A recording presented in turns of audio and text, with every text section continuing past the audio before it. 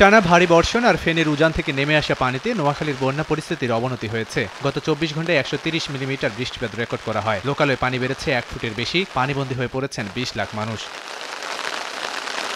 গত কয়েকদিনের ভয়াবহ বন্যায় জেলার 9 উপজেলার মধ্যে 8 উপজেলা আক্রান্ত হয়েছে। নতুন করে প্লাবিত হয়েছে বিভিন্ন এলাকা। ঘরবাড়ি ছেড়ে আশ্রয়কেন্দ্রমুখী হচ্ছেন অনেকে। বন্যা দুর্গত এলাকায় দেখা দিয়েছে বিশুদ্ধ পানি ও খাদ্য সংকট। কোম্পানিগঞ্জে বন্যার পানি তীব্র চাপে ভেঙে গেছে মুছাপুর স্লুইস গেটের 23টি ভেন্ট রেগুলেটর। বেগমগঞ্জ জেলাটা খুব নিচু অঞ্চল, তো এই জন্য কোমর পর্যন্ত মাথা পর্যন্ত পানি। কিছু কিছু লোকে একাধিকবার টান পাইতেছে, কিছু কিছু লোকে দেখা যায় একবারও টান পাইতেছে না। এই বন্যা আমার বয়সে আমি আর দেখি নাই এত বেশি পানি। আমাদের ঘরে এক কোমরেছে পানি। এদিকে স্বরাষ্ট্র উপদেষ্টা বন্যা দুর্গত এলাকা পরিদর্শন করে ত্রাণ সামগ্রী বিতরণ করেন। বিশুদ্ধ পানি ওষুধ সহ ত্রাণের অভাব হবে না বলে জানিয়েছেন তিনি। জনগণকে সহযোগিতা নিয়ে এগিয়ে আসার আহ্বান জানান উপদেষ্টা।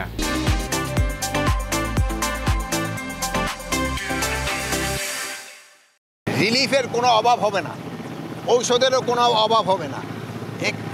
আপনারা কারেক্টলি বলছেন যে অনেক জায়গায় যেতে খুব অসুবিধা হচ্ছে। আপনারা সাহায্য সহযোগিতা করবেন, অবশ্যই সব জায়গায় এটা পৌঁছে যাবে। হয়তো সাময়িক একটু অসুবিধা হচ্ছে, বাট এই অসুবিধাটা খুব একটা বেশি সময় থাকবে না। আর আপনারা যদি জনগণ যদি সব সাহায্য সহযোগিতা করে, অ্যাডমিনিস্ট্রেশন সব জায়গায় পৌঁছে যেতে পারবে। জেলায় 1098টি আশ্রয়কেন্দ্রে 1,82,309 জন আশ্রয় নিয়েছেন। সময় সংবাদ, নোয়াখালী।